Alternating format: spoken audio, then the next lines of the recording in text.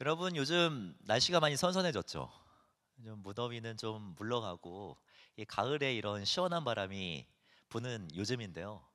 여러분들 안에 있는 답답함도 그리고 어려움들도 다 사라지고 하나님 안에서 이 시원한 마음을 누리게 되는 저와 여러분들이 되기를 주님의 이름으로 축복합니다. 혹시 그 용인에 있는 고기리 막국수집 아세요? 고기리 막국수? 우리랑은 좀 거리가 있죠.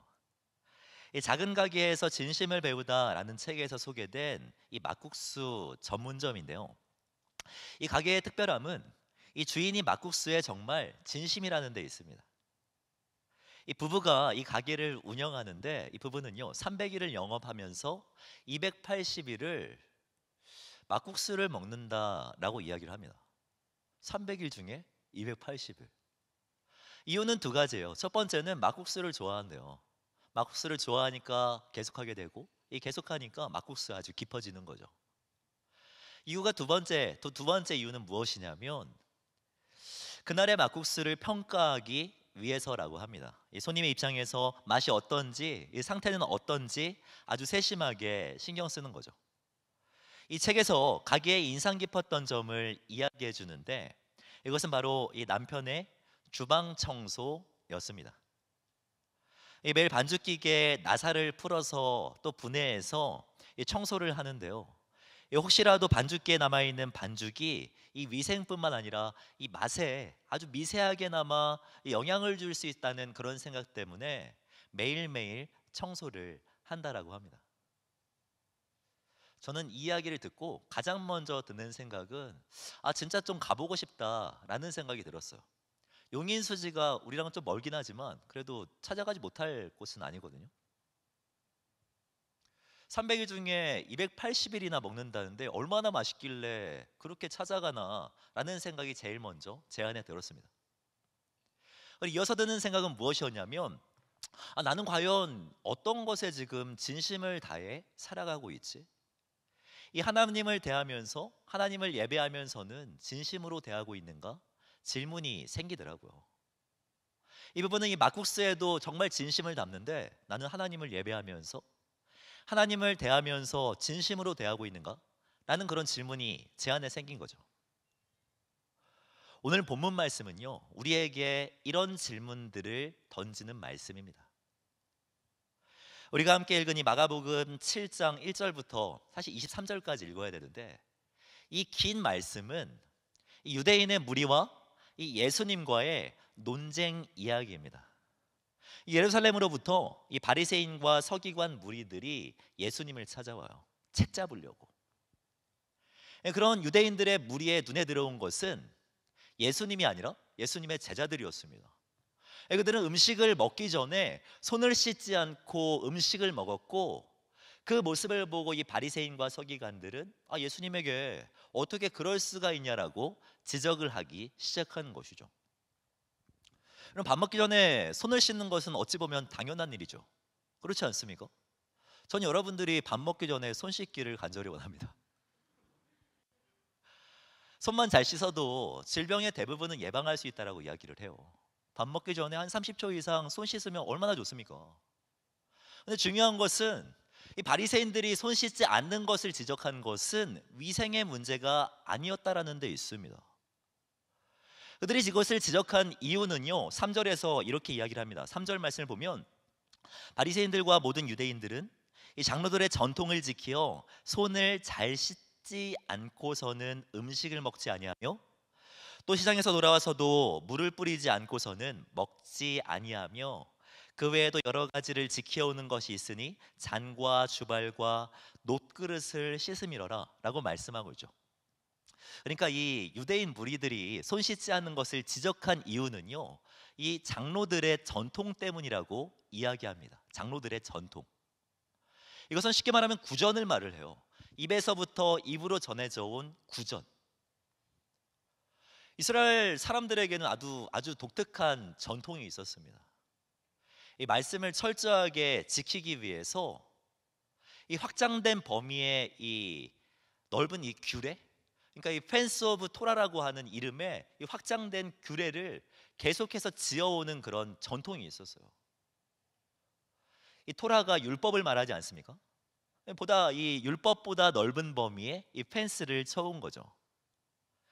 이 집을 지키기 위해서 보다 확장된 울타리를 치듯이 이 말씀 하나님의 명령을 지키기 위해서 보다 넓은 범위의 펜스들을 쳐왔다는 것입니다. 예를 들면 그런 거예요. 여러분, 손을 씻는 것은요, 사실 이 구약 성경에 하나님께서 명령하신 부분입니다. 출애굽기 말씀을 보면 이렇게 기록하고 있습니다. 아론과 그의 아들들이 그 두멍에서 수족을 씻되 그들이 회막에 들어갈 때 물로 씻어 죽기를 면할 것이요 라고 명령하고 있어요. 그러니까 제사장이 제사를 진행하기 위해서 그 성막 안으로 들어가면서 반드시 손을 씻어야 된다라는 하나님의 명령입니다. 그런데 이 말씀을 철저하게 지키기 위한 목적 때문에 율법들을 하나하나 더한 거예요. 펜스들을 쳐온 거죠. 제사장뿐만 아니라 모든 사람에게 확장시킨 거예요. 제사 드릴 때뿐만 아니라 삶의 영역 속에 음식을 먹는 부분에까지도 확장시킨 겁니다. 손 발만 씻는 게 아니라 잔, 주발, 그릇을 씻는 이 영역까지 펜스를 쳐온 거죠. 여러분, 이게 잘못된 겁니까? 잘못된 거요? 하나님을 사랑하기 때문에 율법을 지키기 위해서 이런 일들을 해온 게 잘못된 겁니까?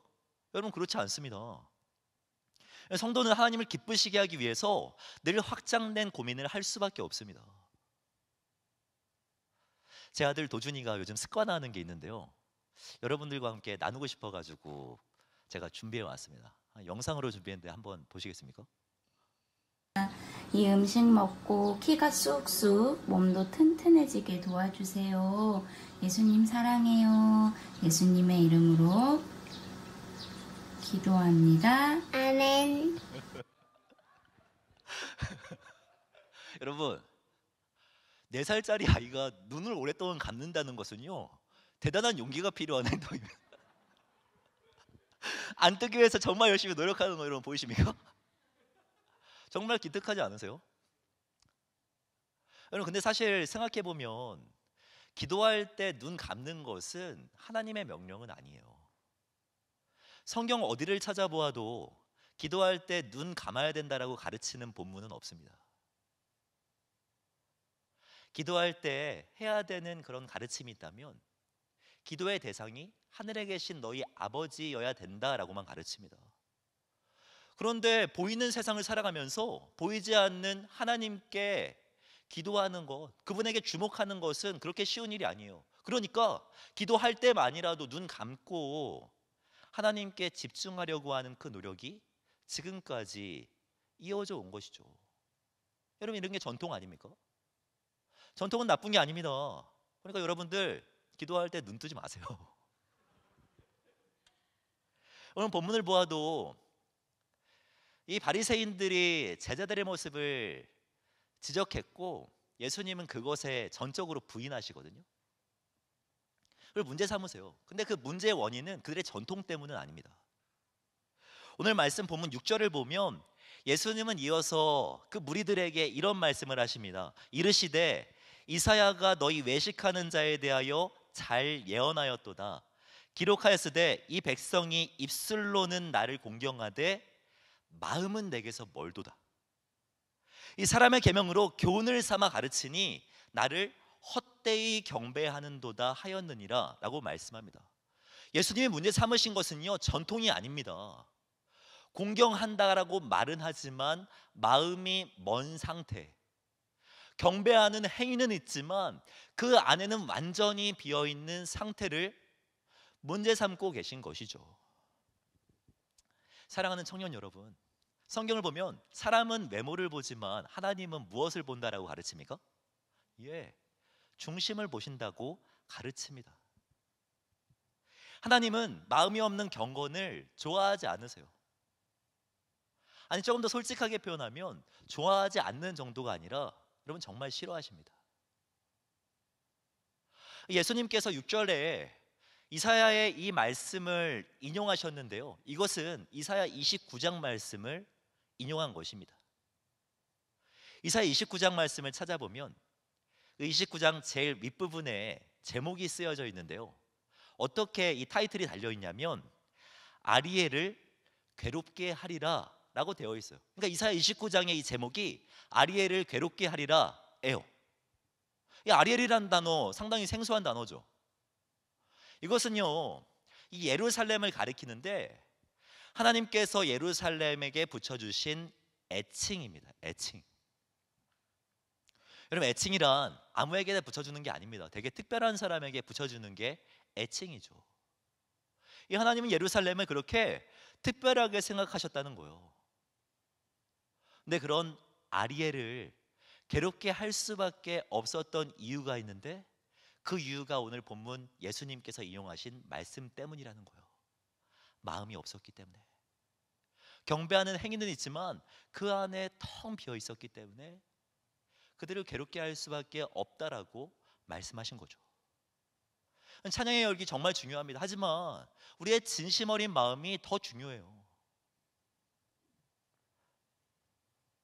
중심 잃은 예배, 진정성 없는 기도, 기쁨이 없는 헌신과 헌금, 우리가 경계해야 하는 것이라는 것입니다. 여러분, 마음이란 무엇일까요? 이 마음이 어디를 가리킨다고 생각하십니까? 우리는 생각하기를 마음이라고 하면 우리의 심장, 우리의 가슴, 그러니까 어떠한 감정을 말합니다. 감정이라고 생각해요. 하지만 유대인들의 사고 속에 이 마음이란 이 가슴보다는 이 머리에 가깝습니다. 그래서 빌립보서 말씀을 보면은 너희 구할 것을 감사함으로 하나님께 아뢰라. 그리하면 모든 지각위에 뛰어난 하나님의 평강이 그리스도 예수 안에서 너희 마음과 무엇을요? 생각을, 너희 마음과 생각을 지키시리라라고 말씀하시지 않습니까? 그들의 사고 속에 마음이란 생각과 밀접하게 연결되어 있습니다. 바리새인들의 문제가 뭐예요? 그들 안에는 생각이 없었다는 거예요. 생각이. 오늘 말씀 8절 말씀을 보면은 이렇게 말씀합니다. 너희가 하나님의 계명은 버리고 사람의 전통을 지키느니라. 또 이르시되 너희가 너희 전통을 지키려고 하나님의 계명을 잘 저버리는도다라고 말씀하죠. 우리가 주목해 보기를 바라는 단어는요, 이 버리고라는 단어인데 여기서 말하는 이 버리고는 이 헬라어로 아히에이미라는 단어로서 무시하다라는 의미입니다. 그러니까 생각하지 않았다라는 거예요. 계명이 무엇인지 관심 갖지 않았다라는 거예요. 하나님의 마음은 무엇이고 하나님의 뜻은 무엇인지 전혀 생각하지 않았다는 것이 바리새인의 문제입니다. 사랑하는 청년 여러분, 우리 안에도 이러한 우를 범하는 경우가 정말 많이 있어요.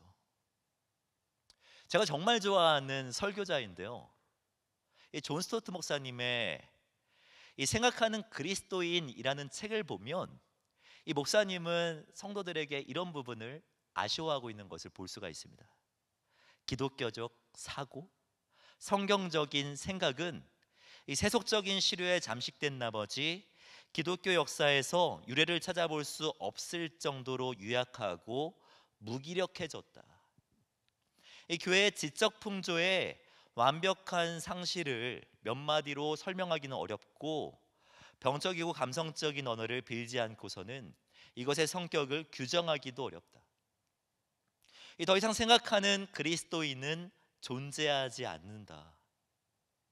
물론 이 기독교적 윤리나 기독교적 관습, 기독교적 영성은 여전히 남아있다. 그러나 생각하는 존재로서의 현대 그리스도인은 세속화에 굴복해 버렸다. 여러분, 이 이야기를 듣고 무슨 생각이 드십니까? 여러분들은 이 성경적 사고를 가지고 이 세상을 살아가고 있습니까? 행동하면서 아쉬워하고 행동하면서 생각하는 사람이 아니라 생각하고 행동하는 사람으로 살아가고 있냐라는 말입니다. 여러분, 바리새인들은요 되게 비범한 잘못을 한 게 아니에요. 그들의 잘못을 쉽게 설명하면 그들은 대답할 수가 없었다는 것입니다. 누군가 물어봐요. 왜 손 씻는 거예요? 왜 놋그릇? 왜 잔까지? 왜 모든 그릇까지? 왜 그렇게까지 하는 거죠? 라고 누군가 질문하면 그거는 장로들의 전통이기 때문이에요. 그냥 옛날부터 그렇게 해왔던 거예요 라고밖에 대답할 수 없었다는 게 바리새인들의 문제 아닙니까? 우리도 이럴 때가 정말 많습니다. 세상은 우리가 하는 모든 행동들에 질문을 가질 수밖에 없어요. 세상은 자기들과 다른 우리들의 그런 모습들에 질문이 생길 수밖에 없다니까요. 왜 이런 황금과 같은 주일 오후 시간에 이렇게 좋은 날씨에 왜 이곳에 앉아서 예배하고 있는지 궁금해할 수밖에 없어요. 직장, 알바의 자리를 구하면서 왜 주일날 일하지 않는 곳을 구하고 있는지 질문을 던질 수밖에 없어요. 가게를 운영하면서, 식당을 운영하면서 대목이라고 할 수 있는 그 주말에 왜 주일은 쉽니다. 그런 표말은 그 하얀색에다가 신명도체야, 그죠? 그런 표말을 다는지 사람들은 질문을 던질 수밖에 없어요. 근데 그럴 때 그 이유에 대해서 대답할 수 있는 데까지 나아가야 된다는 거예요. 예배의 이유, 섬김의 이유, 그 이유가 있는 예배로 우리는 나아가야 된다라는 것이죠. 생각하는, 그리고 대답하는 그리스도인으로 살아가기 위해서는요, 우리 안에, 우리 내면에 말씀으로 채울 필요가 있습니다. 바리새인을 한마디로 정의하면 그들은 외식하는 자였어요. 6절 말씀을 보면 예수님은 그 무리들을 가리켜서 이 외식하는 자들아 라고 말씀하시거든요. 외식하는 자란 무슨 의미입니까? 이 말은 이 헬라어로 히포크리테스라는 말로써 이 고대 그리스의 연극할 때 주연 배우를 가리키는 말이었습니다. 그럼 배우들은요, 누군가에게 보여지는 것을 위해 되게 많이 노력합니다. 이 바리새인들의 문제는요, 보여지는 것에만 집중했다는 데 있어요. 이 성도는 어떻게 해야 합니까? 바리새인들의 그 모습을 경계하며 외모보다는 내면, 나의 중심을 채워가기 위하여서 노력해야 한다는 거예요. 말씀으로 말입니다. 여러분, 저에게도 대학생 시절이 있었는데요, 대학교 다닐 때 꼭 등교할 때마다 제 눈에 들어왔던 말씀이 있어요. 대학교에 가면 꼭 그런 것들 이렇게 큰 돌에다가 새겨놓더라고요. 이 학교의 중심에 이 돌에다 새겨놓은 말씀이 있었는데 요한복음 8장 말씀입니다. 진리를 알지니 진리가 너희를 자유롭게 하리라. 진리를 알지니 진리가 너희를 자유롭게 하리라. 오전에 전도사님들하고 한번 이야기를 해봤더니 이게 우리 학교만 기록되어 있는 건 아니더라고요. 뭐 연대에도 있고 백석대에도 이 말씀이 있다고 하더라고요. 여러분, 이 말씀의 강조점이 어디 있다고 생각합니까? 진리를 알지니 진리가 너희를 자유롭게 하리라. 저는 이 말씀의 강조점이 알지니에 있다라고 생각합니다.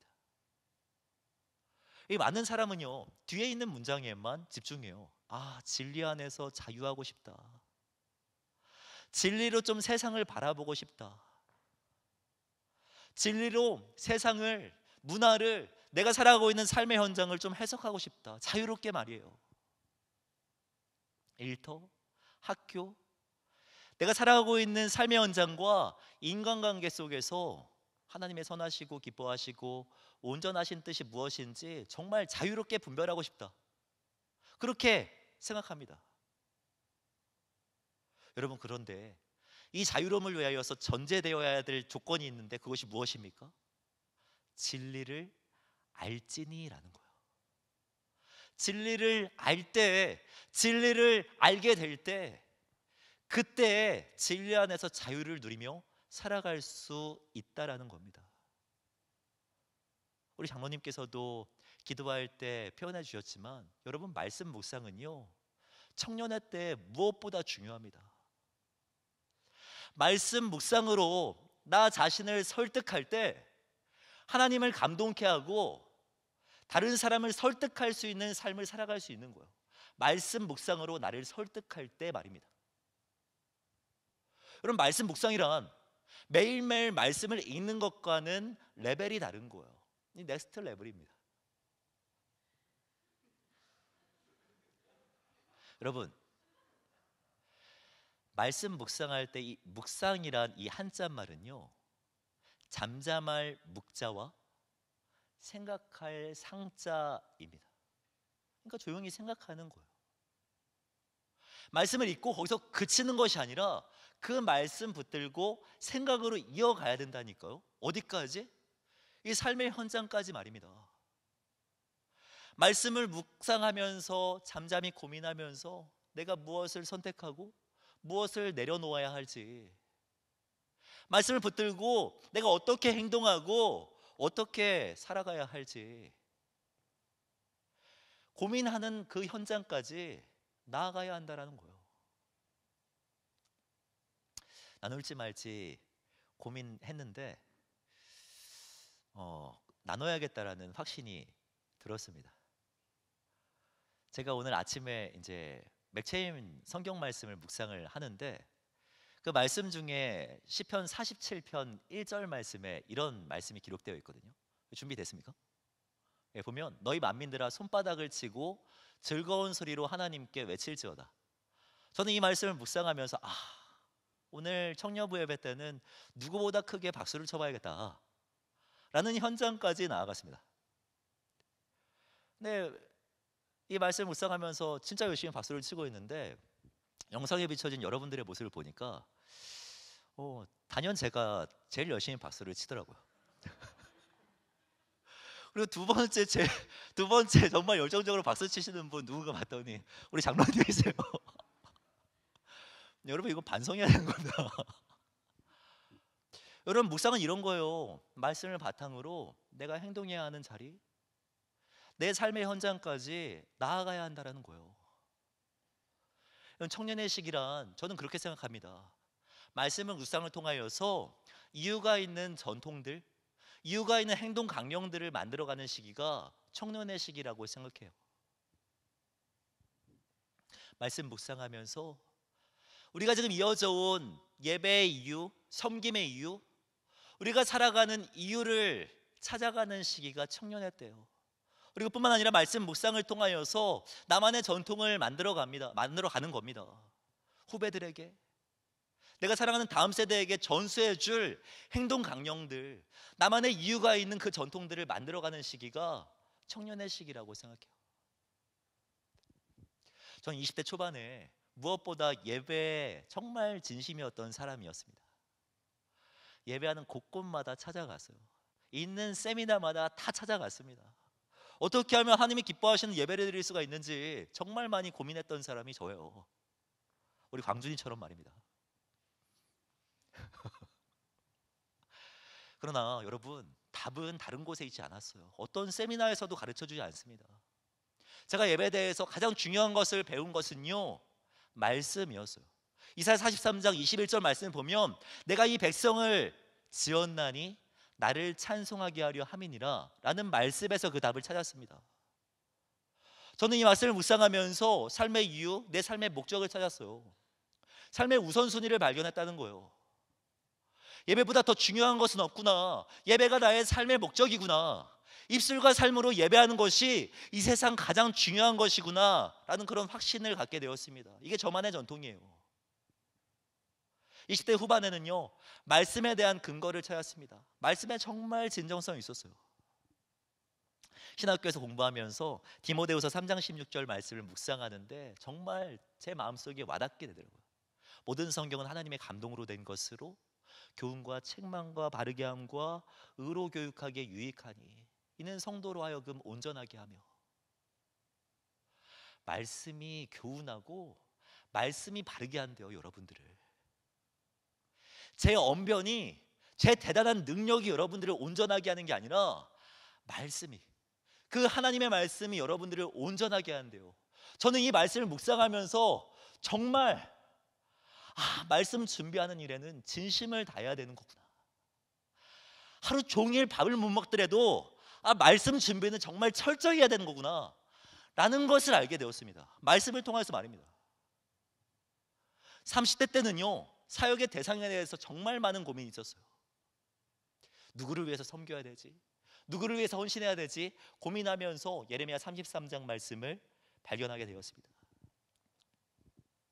하늘의 만상은 셀 수 없으며 바다의 모래는 측량할 수 없나니 내가 그와 같이 내 종 다윗의 자손과 나를 섬기는 레위인을 번성하게 하리라. 다음 세대에게 하나님의 마음이 있다는 것을 알고 여기에 헌신한 거예요. 우리 도준이의 이름, 그 태명 무엇이었던 줄 아십니까? 제 아들의 태명은요, 다레였어요. 다윗의 자손의 다, 레위인의 레 해서 다레. 여러분, 왜 그렇게 태명을 지었냐라는 그런 눈빛으로 보지 마세요. 다음 세대에 이만큼 진심이었다라는 거예요. 말씀을 근거로 하여서. 여러분들에게는 이유 있는 전통이 있습니까? 하나님의 뜻이기 때문에, 하나님의 말씀이기 때문에 내가 붙들고 있는 행동 강령이 있냐는 거예요. 사랑하는 청년 여러분, 말씀이 여러분들의 마음을 설득하게 하십시오. 말씀 묵상을 통하여서 나를 설득하는 그 말씀, 그 진리를 찾으십시오. 청년의 때의 말입니다. 그때 여러분들은 하나님을 감동케 하는 예배, 세상을 설득할 수 있는 삶을 살아낼 수 있는 것입니다. 말씀을 정리하기를 원합니다. 저는 청년부 사역을 맡게 되면서 정말 감사한 것들이 많습니다. 진짜요.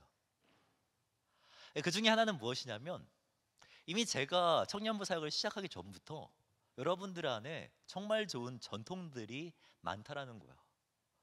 아, 이런 것들은 나도 좀 이어가고 싶다라는 전통들이 되게 많더라고요. 저 개인적으로 정태권 목사님한테 참 감사했습니다. 왜 동의하지 못해요? 닭과 같이 뛰놀면서 예배하려는 그 모습, 여러분들 안에 있는 전통이에요. 그렇지 않습니까? 1년에 한 번씩 막 휴가까지 막 맞춰가지고 써가면서 방글라데시에 찾아가 선교하는 모습, 여러분 이어가야 되는 전통이라고 생각합니다. 기도하신 예수님의 본을 따라 기도의 자리를 찾아가는 것, 우리가 만들어가고 있는 전통이라고 생각해요. 심야 기도회 때 막 곳곳에 자리하면서 기도하는 여러분들의 모습을 보면서 하나님은 정말 기뻐하실걸요. 또 하나 여러분 안에 있는 대단한 전통이 무엇이 있습니까? 사랑의 택배, 정말 귀하지 않습니까? 여러분, 이 사랑의 택배는요, 여러분들에게 누가 시켜가지고 하는 일 아니잖아요.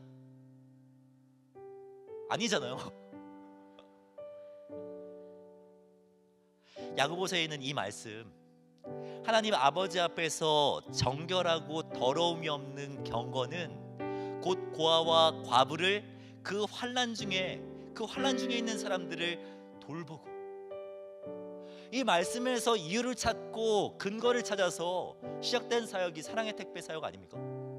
그렇지 않아요? 누군가는 질문할 거예요. 이제 2주 정도 있으면 추석맞이 사랑의 택배가 또 시작되는데요, 아, 이 시국에 꼭 그 택배를 전해야겠어? 아, 신경 쓸 거 조심해야 될 거 되게 많은데 사랑의 택배 사역을 꼭 해야겠어? 질문이 생길 수 있습니다. 그때 대답할 수 있어야 됐다는 거예요. 여기에 하나님의 뜻이 있으니까. 경건한 청년의 삶은 외로운 사람, 환난 중에 처해 있는 사람을 돌보는 것이니까. 독거 어르신들 추석이 되면 뼈저리게 아프시다고 합니다. 추석이라는 72시간이 정말 피했으면 하는 시간이라고 말을 해요. 우리에겐 빨간 날이지만 그분들에게는요, 환난 중이라고 고백을 합니다. 말하는 거예요. 이게 우리가 섬기는 이유라고. 붙드는 거예요. 이 말씀을 말입니다. 그리고 고민하고 조심하는 거죠. 그러면서 노력하는 거죠. 저에게 또 목사님, 쌀 3kg에 요즘 얼마 합니까? 라고 물어보셔도 돼요. 그러면서 또 준비하는 겁니다. 그렇게 나아가는 이 모든 과정들이 하나님이 기뻐하시는 진심 있는 섬김이 된다는 거예요.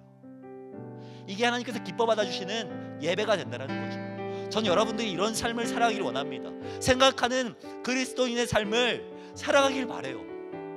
그냥 이 세상 살아가는 것이 아니라 예배드리고 말씀 듣고 땡치는 것이 아니라 삶의 현장까지 이어지는 삶을 살아가는 저와 여러분들이 되기를 바랍니다. 진심 어린 예배자들이 되십시오. 말씀에 설득당한 예배자들이 되십시오.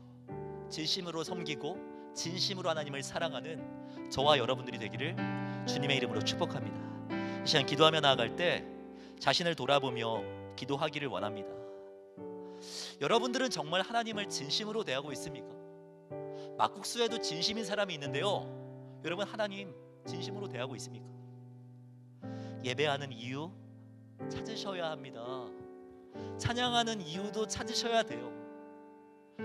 하나님을, 이웃을 사랑해야 하는 이유도 찾아야 되고, 내가 헌신하고 내가 섬겨야 하는 분명한 이유도 말씀에서 찾으셔야 합니다. 그 이유를 찾아가는 우리 청년들이 되었으면 좋겠습니다. 청년의 때 말씀을 내 안에 계속해서 채워가게 하여 주시옵소서. 말씀에 설득당하는 우리들이 되게 하여 주시옵소서. 그 말씀 붙들고 세상을 살아가는 우리들이 되게 하여 주시옵소서. 우리의 마음과 결단을 주님 앞에 올려드리면서 함께 기도하며 나아가도록 하겠습니다. 기도하겠습니다.